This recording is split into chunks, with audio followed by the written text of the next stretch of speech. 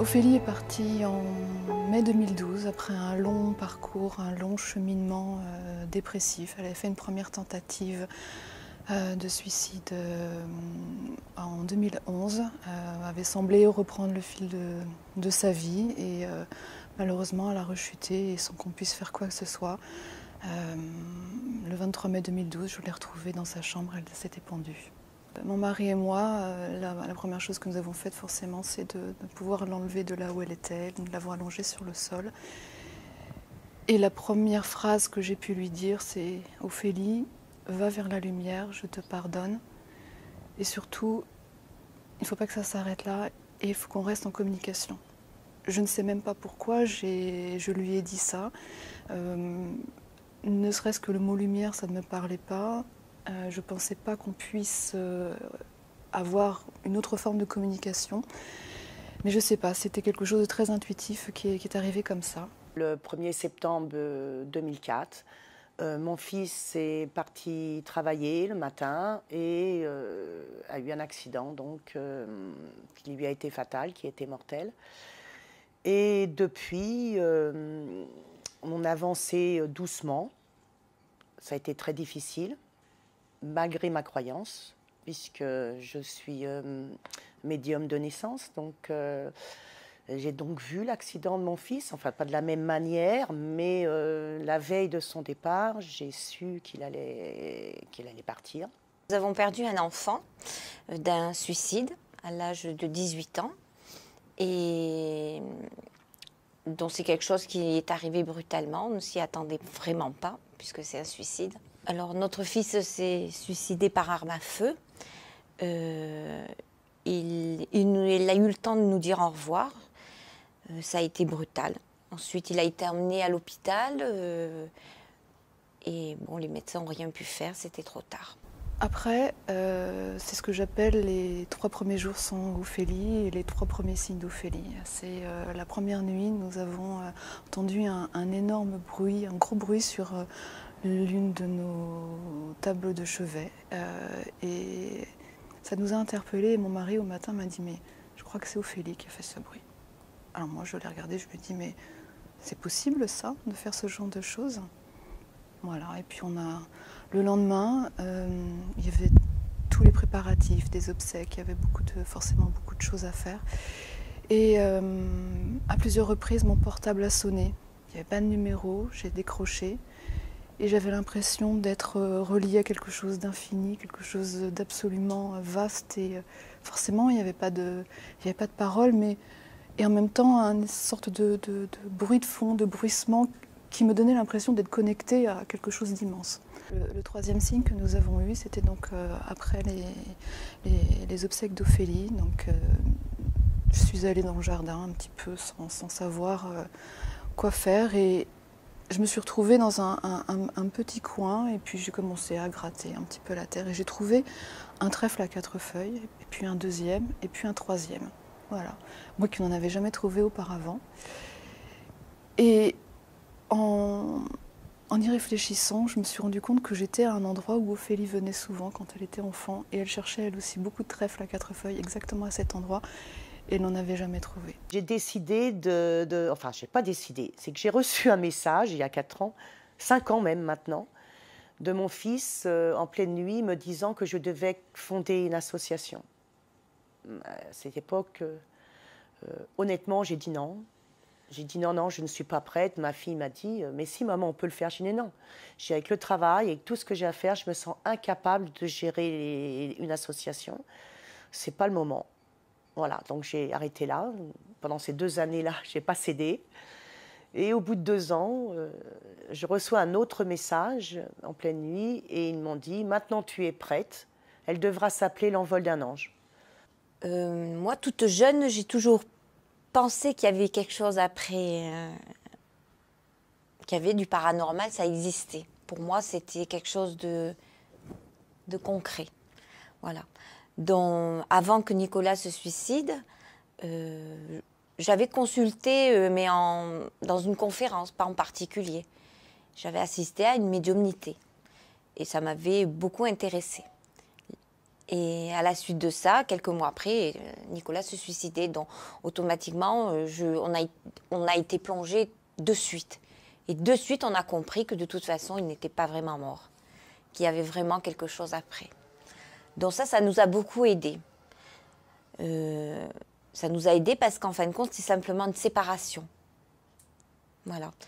Et pour moi, je pense que si on a foi en ça, ça nous permet de pouvoir continuer. Avant le décès de Nico, je sais pas que j'y croyais pas, mais j'étais pas là-dedans. J'avais autre chose, j'avais ma famille, j'avais ma femme, mes enfants, le boulot de tous les jours. Donc la vie après la mort, c'était pas mon truc. Et donc, comme a dit ma femme, un soir, elle avait été à une séance de médiumnité, elle était venue m'en parler. Bon, elle avait eu un message de mon père, par contre. Elle m'avait dit des trucs qui s'étaient vraiment passés. Bon, sur le coup, j'ai dit, bon, ben, oui, d'accord, mais le quotidien a repris le dessus. Et 3 mois après, malheureusement, le départ de Nico m'a fait réfléchir. Et donc, on a adhéré de suite à des associations, on allait voir des médiums, on allait voir si, on avait des contacts. Toujours Nico venait nous donner un petit message. Quelques temps après, ma sœur à qui j'avais raconté cette phrase que j'avais dite à Ophélie m'a appelée, m'a dit, tu sais Florence, il y a un médium qui vient sur Nantes dans les prochains jours. Je me suis dit, mais médium, qu'est-ce que c'est? En plus, je ne savais même pas ce que c'était. Et la première idée, c'était de me dire, mais j'étais poussée à y aller, et en même temps, il y avait quelque chose j'avais une certaine peur, et je me disais, mais c'est quelque chose que je maîtrisais vraiment pas du tout. Et je me suis dit, j'y vais quand même, mais je fais très attention, je vais regarder comment ça se passe, je vais observer. Et je suis rentrée dans la salle. Forcément, il y a eu une maman qui a eu un très très beau message de sa fille aussi, qui était partie depuis une année. Je me dis, voilà, c'est extraordinaire, comment cette jeune fille peut donner autant de précision, de messages à sa maman. Et à un moment, le médium a pris la photo d'Ophélie. Je me dis, ça y est, je vais peut-être avoir quelque chose. Et là, tout de suite, il s'arrête, il dit, c'est le guide qui prend la parole et qui dit, vous attendez un signe de votre fille. De ta fille, c'est comme ça qu'il parle. Ma petite, tu attends un signe de ta fille, tu tends la joue, tu tends l'oreille, tu es en attente, mais sache que ça va venir. Et il m'a dit aussi plein d'autres choses. Et à la fin de la séance, je suis allée le voir en pleurs, mais je lui ai dit, mais pourquoi j'ai pas eu moi aussi un message comme cette maman? Alors le médium me dit, mais comment est partie votre fille? Je lui explique, c'est un départ volontaire. Il dit, mais imaginez qu'au lieu d'être rentrée en terminale, elle est rentrée simplement en maternelle ou en primaire. Et elle a tout un chemin à faire, beaucoup plus long que les autres. Elle a beaucoup de choses à comprendre. Revenez dans 3-4 mois. Et c'est ce que nous avons fait. Nous sommes retournés 3-4 mois après. Et j'étais avec ma sœur et nous avions emmené également une photo de mon frère qui est parti à l'âge de 17 ans également, il y a une vingtaine d'années. Et à un moment, il prend la photo de mon frère. Et là, c'était vraiment le premier contact que nous avions. Et là, c'était extraordinaire. Et mon frère m'a dit des choses absolument magnifiques. Ma sœur a la possibilité de poser une question.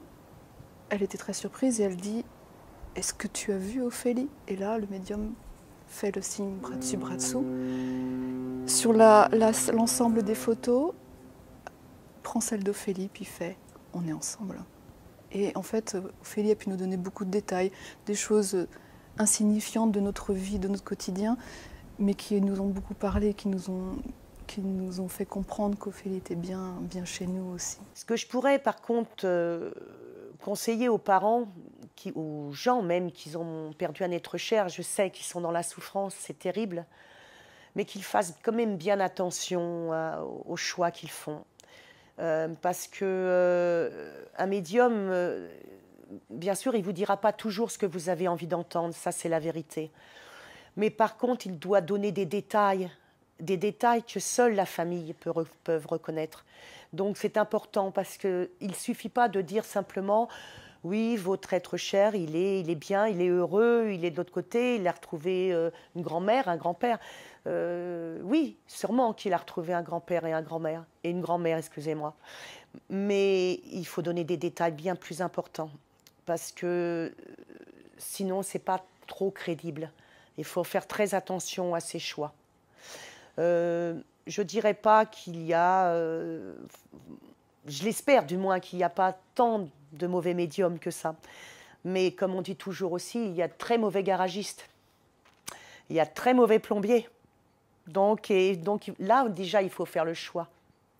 Donc je dis, c'est aux gens de faire très attention sur qui tombe en médium. C'est vrai qu'il faut être très prudent. Un soir, donc, pendant une séance médiumique, Nico nous a laissé un message.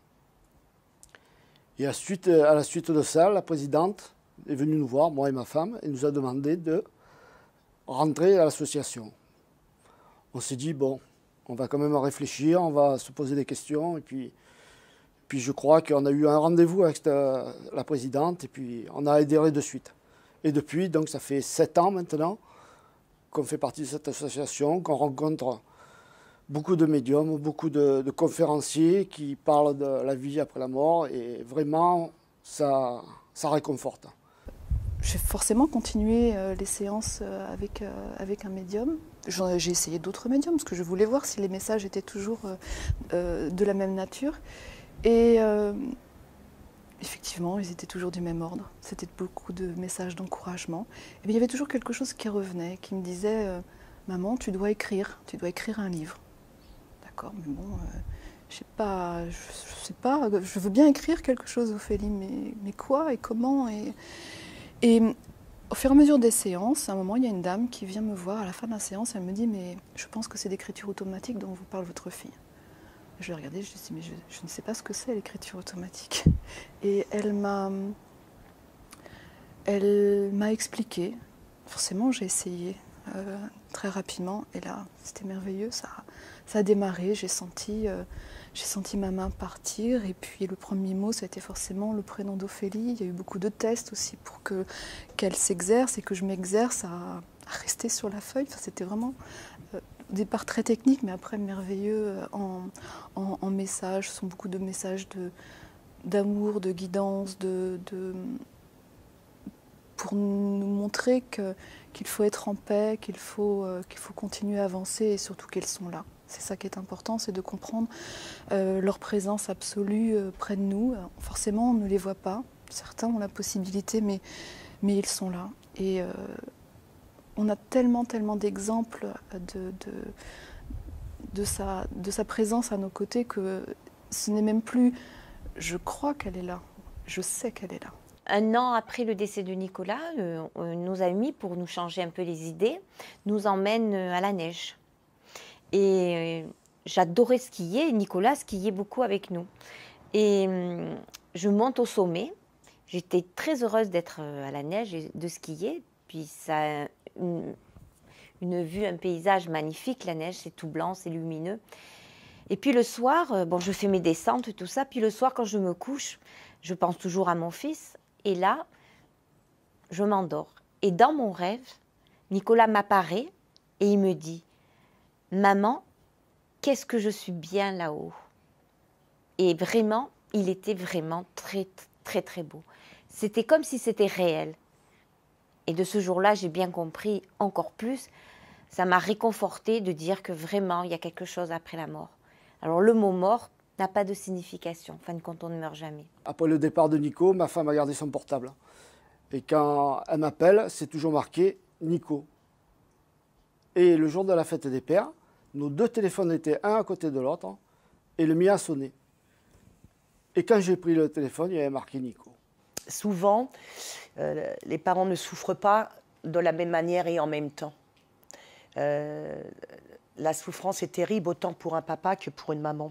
Sauf que ils souffrent en décalé la plupart du temps. Il y en a un qui essaye de soutenir l'autre et l'autre vice-versa. Ce qui fait que des fois ça amène des conflits dans le couple et le couple se dégrade. Des fois c'est tout à fait l'inverse, heureusement. ça les consolide. Mais moi, ce que je conseille surtout aux parents, c'est de parler de leur enfant, d'en parler entre eux, entre papa, entre maman, mais d'en parler. C'est important de continuer à parler d'eux, même si on pleure. C'est comme ça que le deuil avance. Parce qu'on ne... Je vais dire deuil, façon de parler, parce que j'aime pas trop ce mot. Je pense qu'on ne fait jamais le deuil d'un enfant. On apprend seulement à vivre avec cette souffrance. On apprend à la gérer. Je pense ce qui est important, c'est d'avoir conscience, une conscience absolue et une certitude que votre enfant, qu'il est là, qu'il peut partager votre quotidien et qu'il est là aussi pour vous. Il faut aussi l'aider à passer de l'autre côté. Il faut aussi lui envoyer le maximum d'amour, le maximum de lumière. Alors ça, c'est quelque chose qu'on a fait, je dirais instinctivement. Je ne savais même pas que ça portait ses fruits. Quand Ophélie est partie, on a mis des bougies et je lui ai envoyé plein d'amour. Alors, on me dit, mais comment il faut faire? C'est simple, vous imaginez votre cœur qui se remplit d'amour et vous vous envoyez ça comme un ballon qui s'envole. Et un jour, en séance de médiumnité, elle dit, maman, merci pour tout ce que tu m'envoies, je le reçois. Et ça m'aide à grandir. Et il s'appuie sur cet amour et cette lumière que l'on envoie. Petit conseil qu'on peut donner par rapport aux frères et sœurs. Ces frères et sœurs sont déjà aussi touchés comme un père et une mère, parce qu'ils perdent un frère ou une sœur. Et nous, en tant que parents, on doit les soutenir. Et on ne doit pas s'arrêter sur celui qui est parti, parce que la vie continue. Et ces enfants qui restent, ils ont besoin de notre soutien. Comme nous, on a besoin du leur. Nicolas est décédé le 2 novembre. À la suite de ça, il y a les anniversaires, nos anniversaires. Il y a Noël qui arrive. Eh bien, il faut faire un choix. Et ce choix, on l'a fait. Il faut continuer à vivre et fêter ces fêtes-là. Fêter les anniversaires. Fêter son anniversaire. Moi, je me rappelle à l'époque où mon fils est parti, je suis honnête, j'étais en train de me tuer à petit feu. Donc, je ne réagissais pas, plus du tout. Et je passais mon temps à dormir toute la journée. J'ignorais mes filles. Pourtant, ils faisaient tout pour se manifester. Les pires des bêtises, exprès pour que je fasse attention à elles. Mais j'en avais pas envie, en fin de compte. Je les ignorais. Et un jour, ma fille aînée m'a dit, écoute maman, j'ai compris que tu as envie de rejoindre Bruno. Il m'a dit, ne fais pas ça. Parce qu'elle me dit, dans ces cas-là, ça voudrait dire que tu aimes plus Bruno que tu nous aimes nous-mêmes. Et ça a été le déclic. Et j'ai compris qu'en fin de compte, elles étaient là. Et elles avaient besoin d'amour autant que j'ai pu en donner à Bruno. Qu'il ne fallait pas les oublier parce qu'elles souffraient énormément. Je dis que les frères et sœurs souffrent du départ de leurs frères ou de leurs sœurs, mais souffrent aussi de la souffrance de leurs parents. Les départs volontaires sont des formes de départ qui sont un petit peu particulières parce que, alors forcément, ça laisse des grands questionnements pour la famille qui reste. Mais je dirais que c'est la même chose aussi pour celui qui est parti de l'autre côté. Et Ophélie l'a écrit dans ses messages en disant que, en passant de l'autre côté, elle pensait s'alléger des souffrances qui étaient les siennes, et en fait, non, pas du tout. Elle s'est retrouvée de l'autre côté avec exactement les mêmes souffrances, les mêmes turpitudes. Je dirais, c'était son enfer. C'est ça l'enfer, en fait, des personnes qui mettent fin à leur jour. Et ils se sentent absolument coupables de la peine qu'ils engendrent et du désarroi et du désespoir de leur famille. Donc c'est pour ça que je parlais tout à l'heure du pardon, et c'est absolument important. Je sais que c'est compliqué, mais de pardonner à cet enfant parce qu'il faut l'aider, justement. Et à partir du moment où celui-ci arrivera à se pardonner, il arrivera à se délester de sa culpabilité et à pouvoir monter plus facilement vers cette lumière et vers son chemin qui lui est propre. Donc ça, c'est très très important. Donc non, il n'y a pas d'enfer, il n'y a rien dans tout ce que je peux expliquer, dire, il n'y a pas de religion, c'est quelque chose d'absolument autre. C'est cette lumière qui attend chacun de nous, mais il y a un chemin à faire. Il est difficile aussi, il faut savoir que bien souvent, malheureusement, le deuil, la perte d'un enfant fait que les amis s'écartent aussi. Les téléphones souvent restent silencieux. Ou vous croisez des gens, ils changent de trottoir. Souvent, on perd des amis. Donc déjà, ça fait mal. Mais il faut savoir aussi qu'avec le temps, on se fait d'autres amis qui sont sur vos vibrations et qui vous apprennent à repartir de l'avant. Ça a été mon cas. J'ai perdu des amis. C'est vrai que le téléphone est resté silencieux, mais j'en ai récupéré d'autres. Et d'autres qui sont plus sur mon chemin maintenant. Donc je dis qu'il ne faut pas perdre espoir. La vie, elle continue, malgré le départ d'un enfant, et tout en sachant que de toute manière, nous les retrouverons un jour. Ça, j'en suis convaincue. Ce n'est plus une croyance pour moi, mais une certitude. Ce que je veux dire, moi, à tout parent qui perd un enfant, c'est très douloureux, mais tout se surmonte. Tout peut se surmonter quand on en a envie, quand on a le courage, la force. Après, il faut être entouré, ne pas rejeter. Et puis, tout l'entourage doit nous épauler, mais ils doivent aussi comprendre qu'on ne sera plus jamais les mêmes. Voilà. Et la vie continue. Ça a fait 10 ans que Nicolas est décédé, et je peux vous dire qu'il nous a apporté énormément. Malgré ce deuil qui restera une cicatrice très dure à refermer, moi je vais conclure en disant que c'est un très beau cadeau qu'il soit de l'autre côté, parce qu'il nous apporte énormément, énormément. Je ne sais pas si tout le monde pourra comprendre ce que je viens de dire, parce que c'est difficile de l'entendre, mais je peux vous assurer que quand qu'on croit à la vie après la mort, on peut continuer à vivre et être heureux.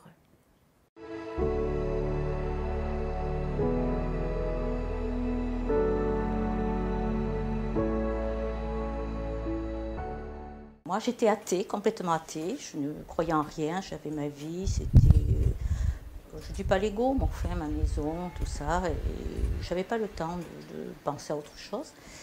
Et puis, lorsque j'ai perdu mon enfant, mes amis ont eu des messages qu'il fallait que j'aille voir une personne, une médium. Et je suis allée la voir, mais je n'y croyais pas du tout. Surtout que des fois, lorsque mon fils était en hospitalisation à domicile avec mon ami, on s'amusait à faire les cartes. Et il avait horreur de ça. Alors je me disais, oh non, non, mon fils, il ne veut certainement pas que j'aille chez un médium. Mais à force de faire, j'y suis allée. J'ai dit, bon. Et j'ai dit, ben moi, je vais aller la voir, essayer de trouver mon surnom. C'est que c'est vrai. Maintenant, si elle ne trouve pas, c'est que ça n'existe pas. Et j'ai fait quelque chose que je n'aime pas qu'on me fasse à moi. Je commençais à lui dire, dites-moi comment il me surnommait, dites-moi. Et cette personne a quand même mis disons, du mental, puisque moi j'essaye de ne plus faire maintenant. Elle me disait Josette, Juliette, Jeannette. Je dis non, non, non. Et au bout d'un moment, elle me dit, votre fils, il m'énerve. Il me dit Cosette. Je me suis mariée en 1981, à la Grande Motte. Et on a eu un enfant, première grossesse de ma femme en 1982, qui s'est terminée par le décès de ma fille au bout de 3 jours. Ouais, ma fille n'a vécu que 3 jours. Et c'est vrai que bon, moi j'étais artisan boulanger-pâtissier, donc j'étais en grosse activité. Et donc je ne m'occupais pas trop je n'avais pas trop le temps de m'occuper, disons, des affaires familiales. Et pour moi, ça a été ça m'a fait, son décès a été un choc absolu. J'ai perdu le jour, j'ai en mémoire toujours le jour où l'infirmière m'a dit, bon ben voilà, votre fille est décédée, parce qu'ils avaient essayé de l'opérer. Elle avait une malformation du cœur, un tronc commun on appelle ça, et c'était le 2e cas qui s'était produit à Montpellier depuis que la faculté de médecine existe quand même. Donc c'est plutôt rare. C'est-à-dire qu'on a une artère au lieu d'avoir 2 artères qui sortent du cœur. Et le sang ne s'oxygénant pas, Et à l'époque, les échographies ne montrent pas ça. Aujourd'hui, puisqu'elle avait le sang bleu, au lieu d'avoir le sang rose, c'est comme ça qu'ils s'en sont aperçus. Il n'aurait mieux pas fallu qu'elle naisse, parce que la souffrance, et aujourd'hui encore, je vous en parle, donc ça fait 34 ans qu'elle est décédée, et on a toujours cette souffrance. Disons, on peut la réguler aujourd'hui, mais elle est toujours présente et elle sera toujours présente jusqu'à notre décès, quoi. Il est vrai que j'ai créé une association pour l'aide au deuil il y a 10 ans. Dans un premier temps, ce n'est pas moi qui souhaitais créer cette association, je n'osais pas, je n'avais jamais été dans une association, c'est une amie qui m'a demandé. Et j'ai fini par accepter, parce que j'avais perdu mon propre enfant, d'une part et surtout, et que j'ai mis 20 ans à accepter ce décès. J'ai mis 20 ans à souffrir. J'ai mis 20 ans et le ventre et le corps ouverts 17 ou 18 fois, avec des opérations importantes. Jusqu'au jour où une dame est venue me voir et elle me dit « Madame, votre fille veut vous parler ». Et je ne connaissais pas cette personne. Je me suis dit, elle est folle, elle se trompe, qu'est-ce que c'est que ça? Surtout que je n'avais jamais été voir de voyante, de médium, de cartomancienne. Je n'y allais pas parce que je n'y croyais pas. Alors quand elle m'a dit ça, je me suis dit, elle radote. Et puis, un petit peu piqué au vif, je lui dis, comment vous le savez que j'ai une petite fille? Et elle me dit, mais vous avez bien perdu une petite fille. Alors, toujours piqué au vif, je lui dis, oui, mais comment elle s'appelait, ma fille? Persuadée que j'allais la verrouiller. Elle me dit, Virginie. Alors là, j'ai mon cœur qui a commencé à battre très, très fort. Nous nous sommes mises de côté. Elle m'a pris les mains et elle m'a dit, tiens, voilà Michel. Et à ce moment-là, j'ai ma petite reine qui est venue puis qui m'a dit, maman, maman, c'est ta petite reine. Alors les larmes sont arrivées en gros sanglots. Je me suis dit, mais alors c'est vrai. J'ai commencé un petit peu à écrire tout ça. Il y avait des messages, c'est vrai. Bon, mon fils était devenu aveugle et j'avais conservé son chien guide d'aveugle. Et c'est vrai que le chien, je la regardais, elle voyait, elle remuait la queue, tout ça. Je me dis, tiens, j'ai eu beaucoup de signes comme ça. Mettons le cadre où ils étaient tous les deux qui est tombé, qui ne s'est pas cassé.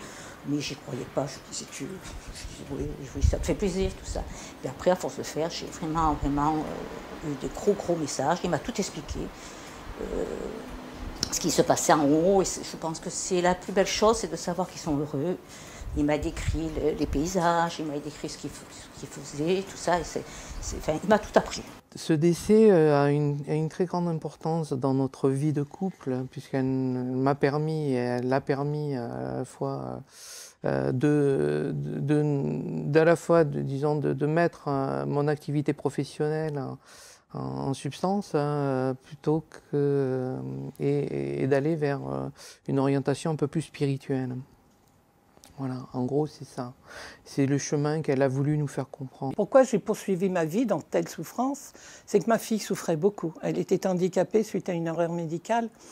Et je l'ai menée comme je pouvais parce que je n'avais pas compris qu'il fallait qu'elle s'en aille. Et quand elle est partie, il y avait quelques jours que j'avais compris. Et ce soir-là, je lui ai dit, bébé, si tu t'en vas ce soir, c'est que tu n'en peux plus. Alors arrête, je te promets de vivre. Je te le promets, mais toi, arrête. Ne souffre pas pour maman et papa. Et 2 minutes après, la petite reine s'est arrêtée. Et tout le long de ma vie, jusque-là, je me suis dit, tu lui as promis de vivre. Quoi qu'il t'arrive, tu vas vivre.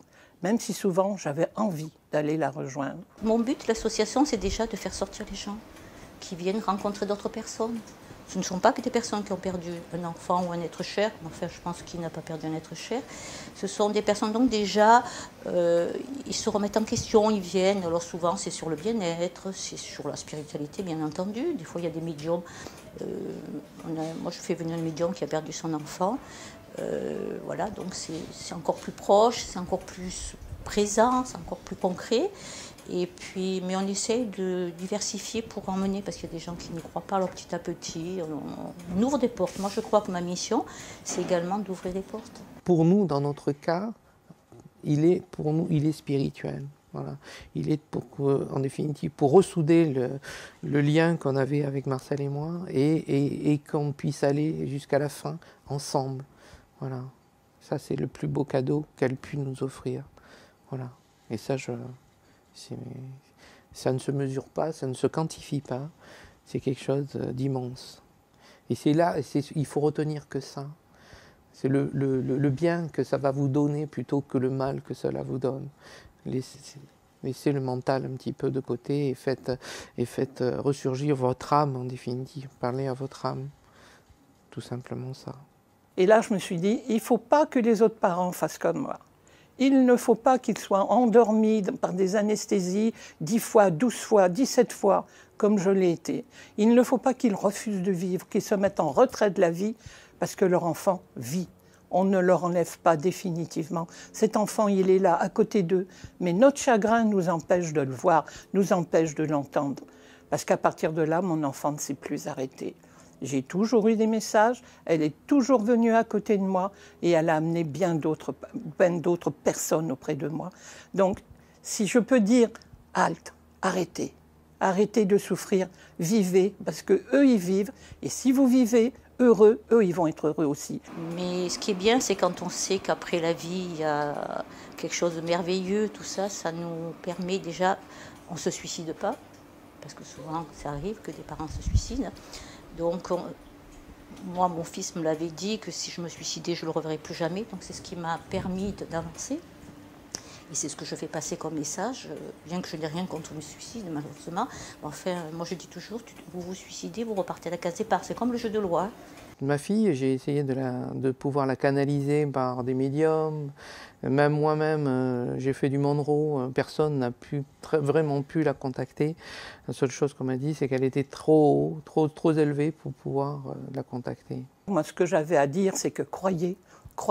On est tous aimés de la même manière. Il n'y a pas une personne qui est plus aimée que l'autre. C'est moi j'entends, c'est moi je peux percevoir ma fille. C'est que vous tous, vous pouvez en faire autant parce que le fil d'or ne se coupe jamais. Et que vous rendrez vos enfants heureux si vous savez vivre comme s'ils étaient là. Le manque, il est là, ça j'en suis consciente. Je l'ai cherché pendant 20 ans. Vous savez, je marchais dans la rue en me disant, je vais voir ma fille au ciel. Ou alors je vais la voir au coin d'une rue. Puis après je me disais, mais t'es folle, c'est pas possible. Et en fait, c'est beaucoup plus simple que ça. Ils sont simplement sur votre épaule. Ils sont simplement devant vous pour vous tracer la route. Alors, pensez à ça, écoutez, libérez votre cœur. Plus vous libérerez votre cœur, plus vous les entendrez et plus ils seront heureux. Continuez avec eux, main dans la main, même si vous ne la sentez pas, cette main. Vous pouvez sentir le parfum de votre enfant. Vous pouvez sentir le parfum de sa peau. Si moi je le sens, vous pouvez le sentir aussi. J'étais quelqu'un de complètement fermé. Je voulais mon enfant, je la voulais dans mes bras. Elle n'était plus là. Mais qu'est-ce que signifie plus là? C'est que son corps physique, son âme, son amour, tout continue autour de vous. Je suis très fière, surtout de voir que je n'ai pas... J'ai des lettres et de remerciements. J'ai pas mal de lettres où des gens me disent que je les ai aidés. Et de voir le sourire sur quelqu'un qui est dans le malheur, quelqu'un qui sourit, pour moi, c'est une grande satisfaction. Et notamment, j'avais reçu un couple qui avait perdu un jeune enfant de 5 ans qui voulait divorcer. Et lorsque, à ma manière, avec amour, j'ai essayé de leur faire comprendre, quelque temps après, non seulement ils n'ont pas divorcé, mais ils ont conçu notre enfant. Mais je crois que ça, c'est quelque chose de merveilleux. Ça m'a donné la possibilité de faire ressurgir des capacités, cette fois-ci pas dans la médiumnité, mais dans le magnétisme et dans la guérison. Et voilà. Et concrètement, elle me donne, disons, des orientations, des messages. Mais moi, mes messages, ils se produisent dans la nuit, parce que je ne suis pas médium, même si on les tous un peu. Mais moi, je les ai au matin. Le matin, je me réveille, je sais. Un jour, on se retrouvera tous physiquement. Et il est là, cet être. Mais n'allez pas chercher le réconfort chez des gens qui ne sauront pas vous renseigner, mais cherchez le réconfort dans l'amour. Et l'amour, vous pouvez le trouver dans des associations, je pense, comme la mienne. C'est ce que je cherche, moi, absolument à faire. Je fais attention aux médiums qui viennent chez nous. Je vais les écouter d'abord. Je ne fais pas venir quelqu'un que je ne suis pas allée écouter. Et s'il n'y a pas de l'amour qui sort du corps de ces personnes, du cœur, pardon, de ces personnes, elles ne viendront pas. Un message important que je souligne, c'est comme toute chose, c'est bien d'aller voir un médium, mais beaucoup de personnes après, disons, viennent, comment on peut dire, dépendants. Et c'est un peu, comment on peut dire, la contrepartie du bien-être. Enfin on a tout en nous pour s'aider, on a tout en nous. Je pense qu'aller voir un médium une fois, mais après, écouter ce qu'il nous a dit, essayez nous d'écouter ces messages, parce que si on est dans l'amour, on est obligé d'avoir des messages, je pense. Ça peut être un parfum, ça peut être une chanson qui se déclenche comme ça. Moi, ça m'était arrivé, une chanson. La radio s'est arrêtée, puis il était venu la chanson que avec mon fils, on chantait toujours ça dans le mauvais moment. Mais voilà, le problème, c'est ça, c'est qu'il faut toujours, dans toute vie, il faut un juste milieu, et c'est très difficile à atteindre. Et sachez que les êtres qui sont de l'autre côté, on vous dit, il ne faut pas les appeler, il ne faut pas leur parler. C'est faux. C'est faux. Pensez à eux, et ce qu'ils aiment, eux, plus particulièrement, c'est que vous sachiez qu'ils soient en vie, et c'est de vous faire un signe. C'est de vous faire un signe. N'ayez pas peur de lui dire, chérie, es-tu là? Bébé, es-tu là? Poussin, es-tu là? Faites le nom que vous voulez et vous verrez que vous aurez toujours une réponse. Ils vous la donneront toujours. Tous, on est comme ça. Seulement, il faut l'accepter. Accepter que la vie a un début, mais qu'elle n'a pas de fin. Ça continue et ça doit continuer dans l'amour. Vous aimiez cet être-là. Vous l'aimez toujours et vous l'aimerez toujours. Ça vous ouvre l'éternité, à l'éternité. Aujourd'hui, je peux dire presque merci à Dieu d'avoir appelé mon enfant. Parce qu'il est heureux. J'ai été fière d'être sa maman. Et je sais que je vais le retrouver. Et qu'on était très proches et qu'il me taquinera encore parce qu'il continue à me taquiner. C'est un coquin.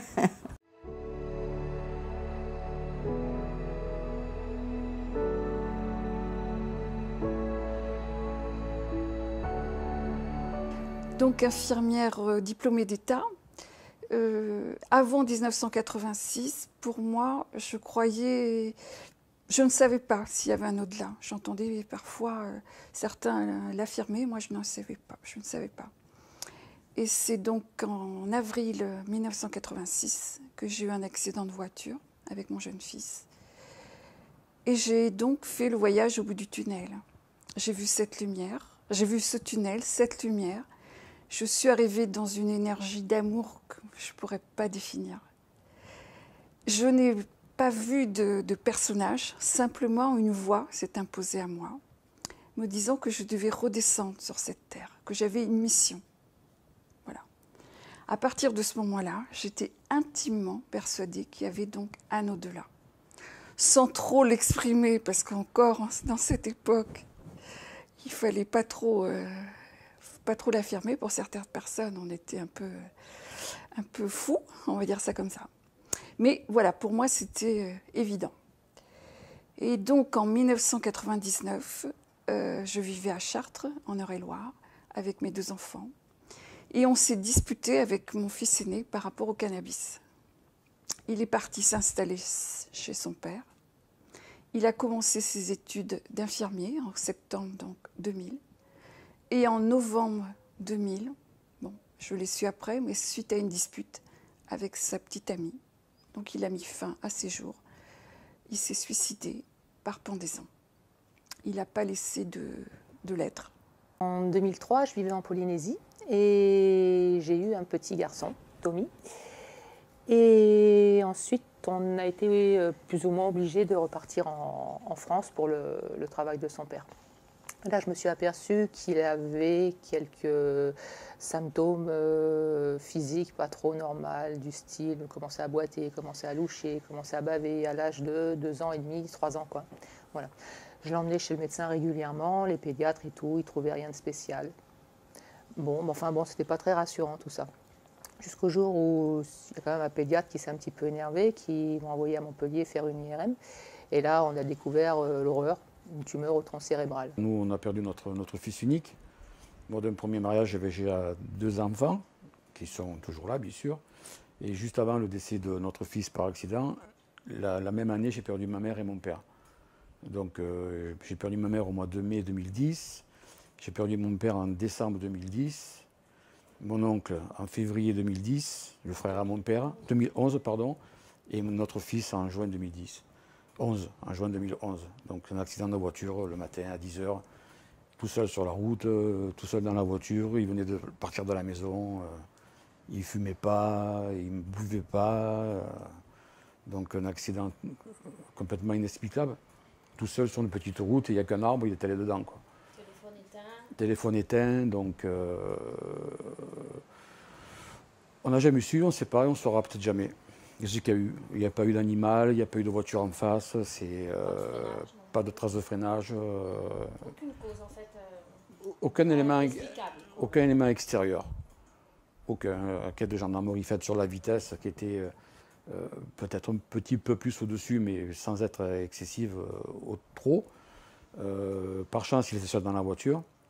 Il allait chercher sa copine à l'école qui était juste à côté pour partir en week-end. Donc heureusement que ça s'est fait, heureusement oui, ça s'est passé avant. Si ça se passait après, c'était plus dramatique parce qu'il y aurait eu 2 personnes. Donc là, le monde s'écroule. Tout s'écroule, c'est le truc qui nous tombe dessus. C'est même indescriptible. Enfin, il n'y a pas de mots pour ça, quoi. C'est... Wow. Tout tombe, quoi. Voilà. Et donc, s'en est suivi, enfin, l'hospitalisation directe. S'en est suivi les séances de corticothérapie, de radiothérapie, de chimiothérapie, en tout genre, en liquide, en cachet, enfin, voilà.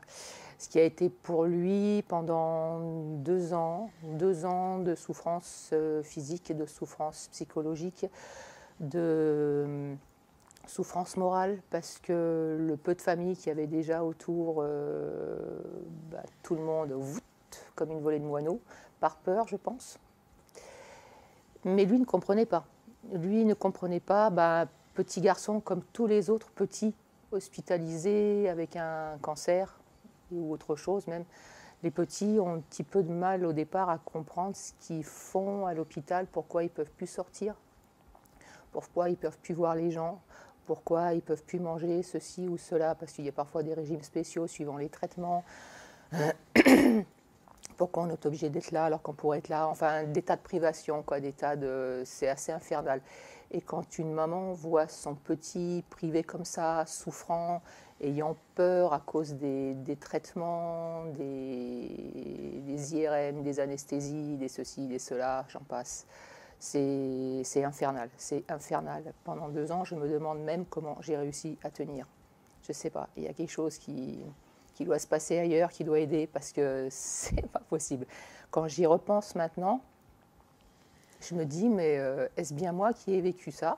Il a fini par quitter cette terre en fin mai 2008. J'ai demandé à le voir et je lui ai pardonné son geste, parce que pour moi c'était important pour qu'il puisse évoluer vers la lumière, vers cet au-delà. Donc lui pardonner, et je lui ai d'ailleurs demandé de monter vers la lumière, parce qu'on avait vu Ghost, ce film, on l'a vu 2 fois ensemble. Et quand moi je lui parlais de mon expérience, je lui disais, tu vois, c'est tout à fait comme Ghost. Il y a cette lumière, quoi exactement, je ne sais pas, mais l'intime conviction qu'il y a un au-delà. Donc je lui ai demandé de monter vers cette lumière et de me faire un signe quand il le pourrait. Et donc la copine de notre fils, qui ne voyait pas arriver notre fils pour aller la chercher à l'école, a téléphoné à Nathalie pour dire Guillaume, il est où? Il n'est pas là. Donc Nathalie a dit je prends la voiture, je ne sais pas où il passe et je vais aller le chercher. Et Nathalie a trouvé la voiture dans l'arbre, quoi. Donc il y avait les secours devant, mais c'était donc, je pense, un moment très, très dur. Donc moi j'étais prévenu par la suite, j'étais sur la route à ce moment-là, je roulais, j'étais transporteur. Donc le temps de rentrer, ça a été très très très long. Et là, quand on apprend ça, c'est un coup de massue, quoi. On ne décrit pas, on ne peut pas décrire. Et je pense qu'on rentre en état de choc de suite. Parce que moi, la route pour rentrer chez moi, je ne me rappelle pas du tout. Ni par où je suis, si par où je suis passé, oui, mais je ne me rappelle de rien. On est en état de choc. Avant, au moment où on apprend et après. Et je pense qu'heureusement qu'on est en état de choc, parce que sinon, on ne peut pas. On ne peut pas gérer. Le fait d'aller après l'hôpital, d'apprendre, l'hôpital de Marseille, une horreur, une horreur. Et les gens qui sont là, une horreur aussi. Aucun accompagnement, rien. Rien. Quand on a appris le décès de notre fils, le seul truc qu'ils nous ont demandé, c'est savoir si on donnait les organes du gamin, quoi. Voilà, comme ça, dans une pièce, là. Moi, je leur ai dit non, bien sûr. Après, je ne sais pas. On n'était pas préparé à ça, donc pour moi, le petit, il ne fallait pas le toucher, quoi. Donc on n'était pas préparé à ça, ils nous ont mis dehors. Voilà, au revoir, merci. Voilà, jetés dans le hall de l'hôpital, tous les deux, avec ce nouvelle qui arrive là. Rien. Je pense que le moment les plus difficiles, il commence là. Et après, il y a la nuit qui arrive, et après, c'est les questions qu'on se pose. Est-ce qu'on reste, est-ce qu'on part? Quand on part, c'est physiquement que je veux dire, me supporter à ça, c'était difficile. Je pense qu'il savait, puisqu'il y a au mois de février 2008, on savait simplement que la tumeur était légèrement revenue. Mais c'est tout, pas plus que ça, quoi. J'avais pas eu trop de choses, d'avis un petit peu dangereux, quoi. Et puis il était en train de jouer sur son tapis. J'étais dans la cuisine, puis d'un coup il m'appelle, et il me dit « Tu vas me manquer, maman ». Waouh, j'ai dit pourquoi tu me dis ça? Puis il n'a rien dit, il s'est retourné, puis il a continué à jouer. Et où il y avait d'autres choses, par exemple, je dormais toujours avec lui, parce qu'il le souhaitait, puis moi aussi, puis on n'arrivait pas de toute façon à se séparer. Et tous les soirs, avant de s'endormir, il se mettait à pleurer. Et je le prenais dans mes bras et je lui demandais « Mais pourquoi tu pleures ?» Il me disait « Mais je pleure parce que je t'aime trop. » Je l'ai compris dans le sens où je vis tout ça et je vois que je te fais souffrir et je sais que je vais partir. Enfin, en tout cas, c'est moi qui l'ai interprété comme ça. Un peu sur le coup et beaucoup par la suite, voilà. Et c'est des choses quand même assez bouleversantes. Et c'est là justement où on en vient à cet autre monde qui peut exister et où je pense qu'il est beaucoup mieux. Et c'est suite à un livre que j'ai lu, Karine après la vie, où ce sont aussi des parents qui ont perdu un enfant. C'est une amie qui avait perdu son père, qui me prête ce livre et qui me dit lis-le, je pense que tu as des choses à comprendre et à apprendre dans ce livre. Donc je l'ai lu quasiment en une journée. Et ils avaient un site. Donc j'écris à ce couple qui était à l'époque au Mexique, en leur expliquant ce qui s'était passé pour mon fils, et de leur dire, bien voilà, je doute parfois, est-ce que vraiment mon fils est parti vers la lumière, Et ils m'ont répondu très rapidement, en me donnant les coordonnées d'un médium et les coordonnées d'une association qui s'appelle Infinitude, qui font de la transcommunication instrumentale. Donc j'ai contacté cette association qui a organisé une conférence en septembre. Donc ça, c'était au mois d'août, en septembre. Et j'ai eu la chance de faire une expérience de transcommunication. Et j'ai pu participer donc à cette conférence où là, j'ai rencontré des mamans qui avaient perdu des enfants par suicide. Je reviens de cette conférence et je devais partir, moi, en vacances au Maroc le lendemain. Donc je vais voir mes adresses, mes mails. Et je vois un mail d'Aidré demandant à des associations de les accueillir pour faire une conférence. Donc pour moi, c'était un signe. Il fallait que je crée l'association parce que j'avais commencé à faire des groupes de parole pour aider des personnes endeuillées, mais je n'avais pas créé l'association. Donc là, j'ai compris que c'était le signe que j'attendais, qu'il fallait que je mette en place ces conférences. On avance tous les jours parce qu'il faut avancer, il faut essayer de comprendre. Donc c'est ce qu'on a essayé de faire, c'est essayer de comprendre. Bon, pour ma part, je n'étais pas du tout dans ce domaine-là. Dans mon métier, je n'étais pas là avant.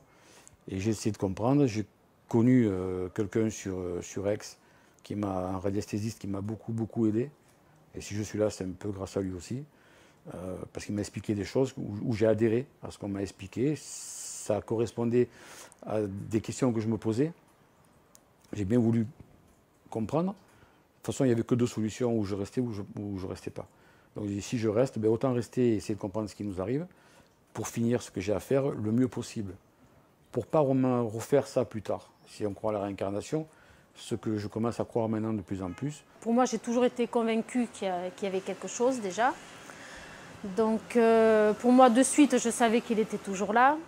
Après, j'ai eu une preuve encore plus fantastique, c'est que ça doit être quelques mois après, parce que ça, j'arrive plus à m'en rappeler. Quand on était monté à Nice, juste un peu après, j'étais partie faire une sieste, et là, j'ai senti un bisou, mais fantastique, à tel point que je ressens encore ses lèvres. Bon, c'est vrai qu'au début, on se pose la question, bon, j'ai dû rêver et tout ça, mais maintenant, je suis persuadée que c'était lui. Avant tout ça, avant tous ces événements, je croyais un petit peu à la vie après la vie. J'en avais entendu parler. Quelques personnes m'en parlaient, etc. Mais oui, mais enfin, en fait, à l'époque, moi, avant tout ça, je vivais une vie assez olé olé en Polynésie, la belle vie, quoi. Hein. Et puis, bon, tout un truc comme ça, voilà, quoi. Et tout ça arrive. Et j'ai des super bénévoles qui se sont occupés de mon fils et de moi durant les 6 derniers mois de sa vie, qui m'ont amené doucement, tout doucement, très discrètement à tout ça. Au début, je ne comprenais pas bien, parce que j'étais trop dans la souffrance et trop dans cette action. À travers tous ces témoignages, si on peut aider les gens à qui ça peut arriver, il y a quelque chose après. On a des signes, on n'est pas devenu fou, hein. On a des signes qu'on explique, on a des preuves physiques, matérielles, concrètes. Ça se passe toujours, 4 ans après. Et voilà, si ça peut rassurer des gens, il y a une vie après la mort, c'est sûr. Moi, j'en suis maintenant convaincu. Les parents qui connaissent, hélas, ce drame, bien évidemment, de lire des livres sur la vie après la mort, et un que je conseille particulièrement, c'est celui d'Anne-Marie Lyonnais, Isabelle, une lumière dans la nuit. Après, bien sûr, c'est un chemin. Moi, j'engagerai les personnes à aller dans un groupe de parole aussi. Même si les autres personnes ne croient pas à la vie après la mort, ça peut aider de pouvoir vraiment échanger. Parce que dans sa famille, ça dépend bien sûr des proches, mais parfois, on ne peut pas en parler. Dans certaines familles, parler du défunt, c'est difficile. Donc, c'est vraiment aller demander de l'aide. Après, on a beaucoup cherché aussi quand on est arrivé sur Nice, parce qu'on ne pouvait pas rester dans la même maison. Enfin, pour ma part, ce n'était pas possible non plus. Donc, quand on est arrivé sur Nice, on a cherché sur Internet s'il y avait des associations, comment on pouvait se faire aider. Parce que moi, je n'ai jamais voulu prendre de médicaments, par contre. Parce que je me suis dit, si je n'accepte pas ça maintenant, je ne l'accepterai jamais. Si je prends des cachets, ben, c'est juste reculer pour me sauter après. Donc, je n'ai jamais voulu rentrer là-dedans. Donc, c'est sûr qu'il y a eu des moments où c'était difficile, mais bon, voilà, on s'en sort. Hein.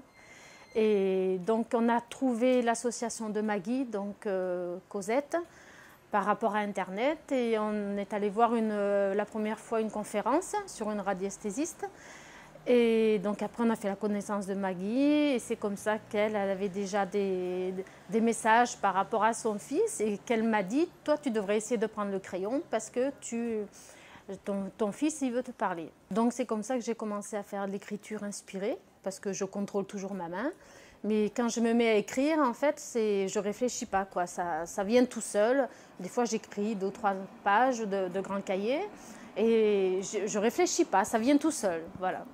Donc c'est beaucoup des messages pour nous, pour avancer, pour ne pas baisser les bras, pour nous convaincre qu'on va y arriver, qu'on avait choisi cette mission avant d'arriver à tous les 3.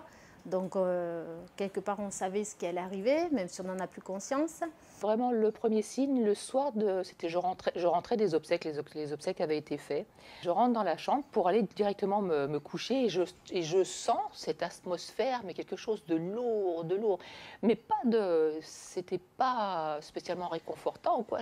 Pareil, j'ai eu un peu peur, mais c'était d'une lourdeur, c'est indescriptible, quoi. J'arrive pas à faire passer j'ai pas de mots, quoi. Et donc, j'ai décidé de dormir avec la lumière allumée. Parce que je me suis dit, ça va pas être possible, je vais pas pouvoir dormir, quoi. C'était pas le fait de l'horreur des obsèques, etc., mais c'était quelque chose qu'il y avait autour de moi, quoi. C'était peut-être juste mon fils qui venait me dire au revoir, je sais pas, mais je l'ai pas pris comme ça du tout. Bon, bref, je m'endors, et puis voilà. Et le lendemain, je me réveille, la lumière était éteinte. Et je me souvenais que je l'avais laissée allumée parce que j'avais la trouille. Et donc j'essaie de la rallumer, j'ai dit l'ampoule doit être foutue, bah non. L'ampoule était bonne et puis l'interrupteur avait changé de position. Donc je me suis dit que j'avais mon petit qui veillait sur moi un petit peu, ou quelqu'un d'autre, ou je ne sais qui, je ne sais quoi, qui délicatement avait éteint la lumière pendant mon sommeil. Alors, les signes, je l'ai dit à une dame une maman que j'ai accompagnée il n'y a pas très très longtemps, c'est les signes qui résonnent au niveau de son cœur. C'est ça qui va être, on va dire, c'est évident. Pour celles à qui, c'est les personnes à qui on va le dire et vont dire mais elle est complètement folle. Mais si ça résonne au niveau de notre cœur, c'est que c'est vraiment ainsi. Il y a des choses par contre qui m'ont subjuguée. Ce sont certains contacts médiumniques, que ce soit en privé ou que ce soit en salle. Parce que les messages ont été parfois d'une précision. C'est juste des choses que Tommy et moi pouvions savoir. Voilà, les médiums, il faut aller voir des bonnes personnes. Ils nous expliquent ce qu'on ne comprend pas forcément. Après, on adhère ou on n'adhère pas, c'est toujours pareil. On a toujours le libre arbitre ou pas. Hein. Donc, ça fait du bien, ça aide. Voilà, il faut les bons. Et il y a des gens qui sont là. Et quand plusieurs personnes disent la même chose, effectivement, il y a des choses qui se passent. Les doutes partent. Même si au fond de soi, on est toujours inquiet de savoir si c'est réel. Mais quand il y en a une personne dit quelque chose, mais quand il y en a 5, 6, 10, c'est qu'il y a, sur une base, il y a quelque chose qui existe, quoi. Tous ces signes, toutes ces séances font que ça, d'une part, ça réconforte, ça enlève un petit peu tout le côté brutal, violent, atroce de ce qu'il a vécu à l'hôpital, toutes ces choses de maltraitance, quoi. Parce que c'est infernal, tous ces petits que j'ai vus en chimiothérapie, en radiothérapie, c'est infernal, quoi. C'est vraiment infernal. Donc ça adoucit un petit peu ce côté-là, on l'occulte un petit peu plus parce que toutes ces choses prennent prennent le dessus, mais prennent leur place, prennent une place petit à petit. Et donc ça nous amène à penser que toutes ces choses, c'est pas que de l'absurdité, c'est pas que de la violence, qu'il y a un sens à tous les événements difficiles, traumatisants, brutaux de la vie, qu'il y a un sens qu'il faut essayer de comprendre. Et c'est peut-être la raison pour laquelle on est sur cette terre, c'est pour comprendre, pour évoluer. Quoi que l'on ait pu faire, quoi qu'on ait pu dire, c'était le moment. Hein, parce que j'ai aussi accompagné une maman dont l'enfant était parti en voiture. Et d'un accident de voiture, et elle s'en voulait parce qu'elle lui avait demandé d'acheter une baguette de pain. Et je lui ai dit, quoi que tu aies fait ou dit, c'était son heure. Il serait parti quand même. Donc, ne pas rentrer dans la culpabilité, parce que la culpabilité est vraiment destructrice pour nous-mêmes et pour notre entourage. C'est un monde parallèle. Au-dessus, je ne sais pas, mais en parallèle de nous, oui. Je pense qu'ils sont à côté de nous, on ne les voit pas. On n'a peut-être pas la même dimension, peut-être pas la même vibration, peut-être pas la même énergie, mais on s'entrecroise, on y est tous. Et on se voit, on ne sait pas se voir. Après, peut-être que les gens plus évolués spirituellement ou peuvent déceler des trucs, certainement. Je pense que oui. La méditation, elle aide aussi. La méditation, il faut méditer, et puis il faut y croire, et il faut pas baisser les bras. Jamais. Sinon, c'est peine perdue, et on manque notre vision. Et si on manque la mission, d'après ce que j'ai pu comprendre, on va revenir le faire. Donc autant le faire comme il faut la première fois, et au moins on est tranquille, celle-là, on ne la fera plus. Et ceux qui passent à côté, malheureusement, tant qu'ils n'ont pas compris, c'est une école. La vie sur Terre est une école. Voilà. Et tant qu'on n'a pas compris la leçon, c'est comme à l'école, la vraie, on recommence tant qu'on n'a pas compris la leçon.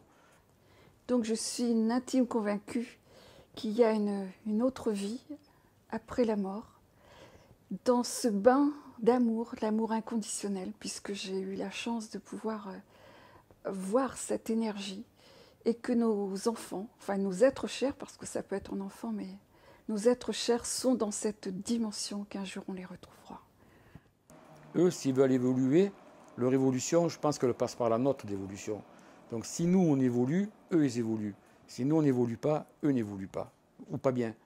Et quelque part, la plus grande preuve d'amour qu'on puisse leur donner, c'est d'évoluer.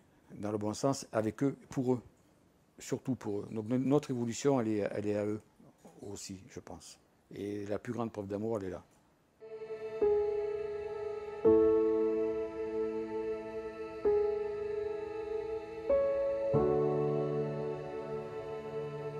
Lorsqu'un deuil arrive dans une famille, c'est déjà quelque chose de très douloureux à vivre, mais lorsqu'il s'agit d'un enfant, c'est encore beaucoup plus intense au niveau émotionnel. Et donc, forcément, les parents vivent des choses difficiles, douloureuses, et ce n'est pas toujours facile pour eux de passer le cap de la séparation. Mais dès l'instant où ils prennent conscience que la mort n'existe pas, qu'il y a toujours quelque chose après, évidemment, là, il y a une ouverture qui s'ouvre, qui se fait, et par cette ouverture, grâce à cette ouverture, il y a cette ouverture de conscience qui permet de monter dans des vibrations et d'aller plus à la rencontre de ces enfants qui sont partis. Ce qui se passe de l'autre côté, évidemment, quand un enfant s'en va, ceux qui restent sur Terre souffrent énormément. On est dans le chagrin, on est dans le déni, on est dans la révolte.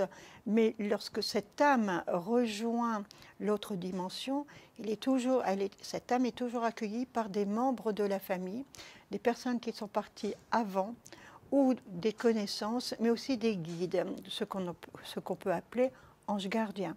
Donc dès l'instant où ils se retrouvent de l'autre côté, accueillis dans l'amour, dans la joie, dans la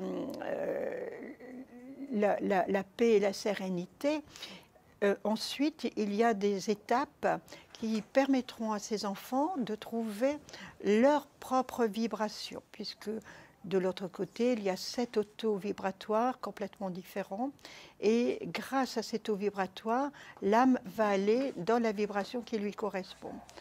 Dès l'instant qu'elle a trouvé sa place, elle peut avoir des contacts avec les personnes qui sont restées de l'autre côté. Mais pour cela, il faut être très, très vigilant.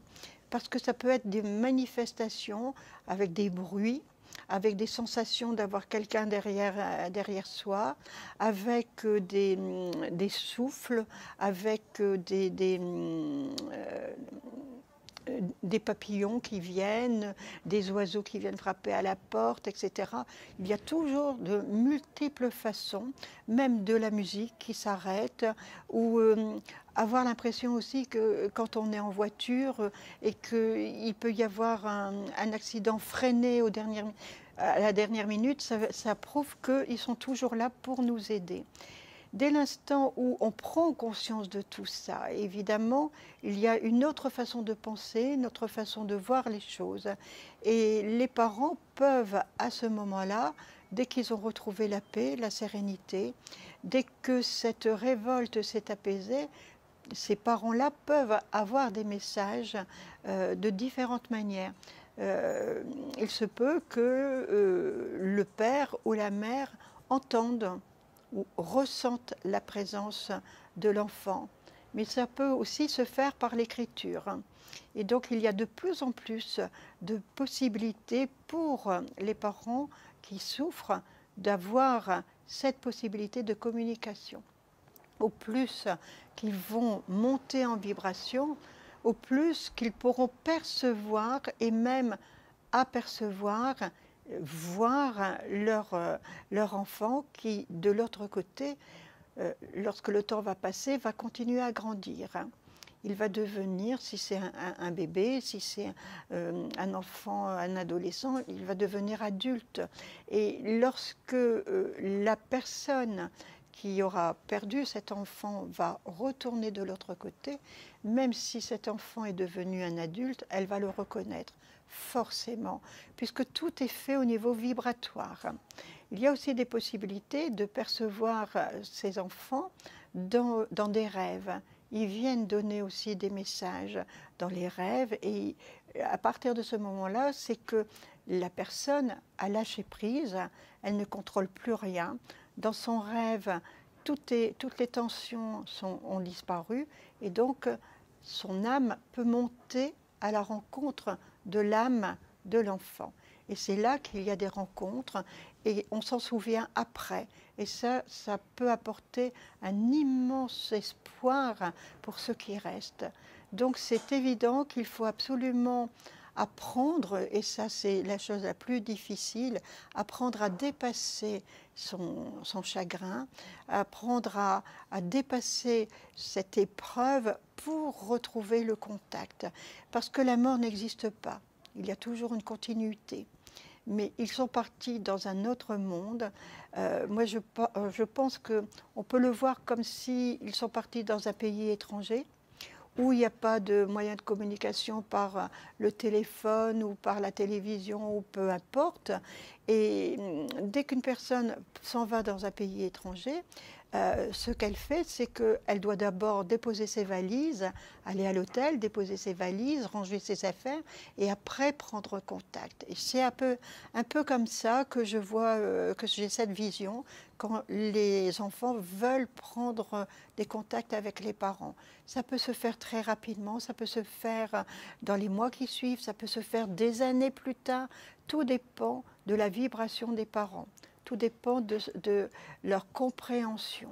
Donc plus ils vont tirer sur la corde d'argent pour les retenir, au plus ils vont empêcher l'âme de monter vers la lumière. En règle générale, les enfants qui partent de l'autre côté, ce sont de très belles âmes. Des âmes qui viennent justement éclairer la conscience de leurs parents. Donc, au fur et à mesure que les parents vont s'ouvrir, il y aura vraiment des retrouvailles, ce sera fusionnel. Donc, les parents doivent apprendre à être beaucoup plus sereines face à la mort et ainsi permettre aux enfants de revenir vers eux. Et les contacts sont extraordinaires. Je pense que ça peut être quelque chose de très personnel, c'est très intime, ça ne regarde que la personne elle-même. Et grâce à tout ça, l'âme qui est partie de l'autre côté permet à ceux qui restent de ne plus avoir peur de la mort. Évidemment, il ne faut pas espérer mourir pour les retrouver, parce que si on est resté ici, ce n'est pas pour rien. C'est pour apprendre justement à les retrouver. Et comme on dit, il faut faire descendre le ciel sur la terre. Ce qui est évident, c'est qu'on ne comprend pas vraiment ce que ça veut dire. Ça veut dire que tout ce qui se passe de l'autre côté, qui est dans la pureté, dans l'amour, dans la lumière, doit se retrouver sur la terre aussi. Donc dès que les parents auront pris conscience de tout ça, vont retrouver leur lumière intérieure, vont pouvoir retrouver cette paix et vont pouvoir retrouver le contact avec les êtres qui sont partis dans des mondes supérieurs.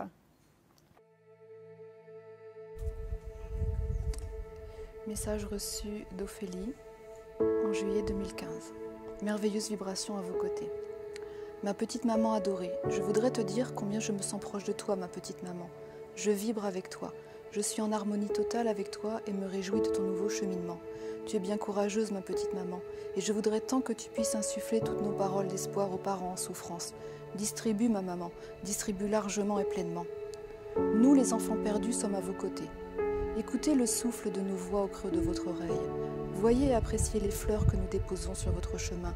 Sentez, humez les délicats parfums dont nous vous enveloppons. Ressentez la douce caresse sur votre joue. Voyez et ressentez avec votre cœur, vous les papas et les mamans dans la douleur. Votre petit n'est pas parti. Il est simplement aujourd'hui cette merveilleuse vibration qui à vos côtés vit.